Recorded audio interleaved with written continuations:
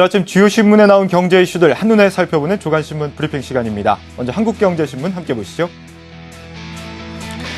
국민연금과 정책금융공사, 중소기업청과 같은 기관 투자가들이 올해 벤처기업에 2조 5천억 원을 투자합니다. 박근혜 정부가 주창하고 있는 창조경제의 씨앗을 뿌리겠다는 건데 이 지원 규모가 역대 최대라고 합니다. 현대중공업과 현대그룹, 지난 2011년에 이어 정관 변경을 놓고 또다시 충돌했습니다.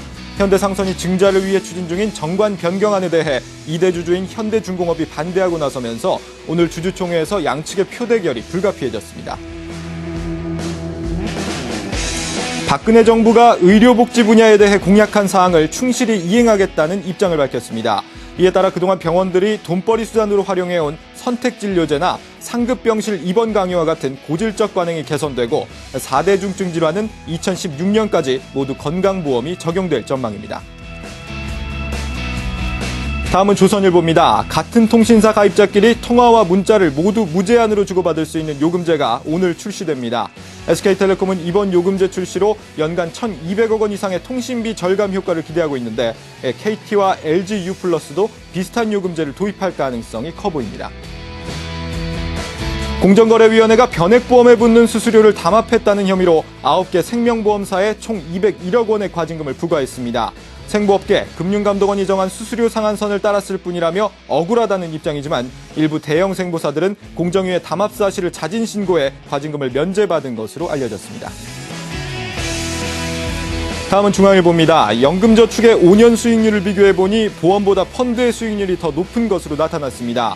하지만 가입자가 적었는데 이 보험사보다 판매처 규모가 큰 은행들이 초기 수수료가 짭짤하다는 이유로 펀드보다는 보험 판매에 몰두하고 있기 때문이라고 중앙일보는 전했습니다. 한국전력공사가 세계 발전업체들을 따돌리고 베트남 대용량 석탄 화력발전소 수주에 성공했습니다. 2018년부터 25년간 150억 달러, 우리 돈 18조 원의 매출을 확보하게 됐습니다.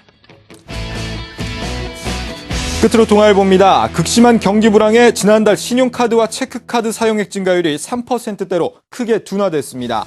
3%대 증가율을 기록한 것은 지난 2008년 글로벌 금융위기 이후 4년 1개월 만이라고 합니다.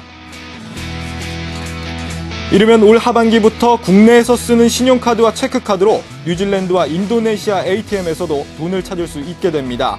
한국은행은 국가 간 ATM망 연계 서비스를 기존의 5개 국가에서 7개 국가로 넓히고 일본과 중국, 호주와도 추가로 협의하고 있다고 밝혔습니다.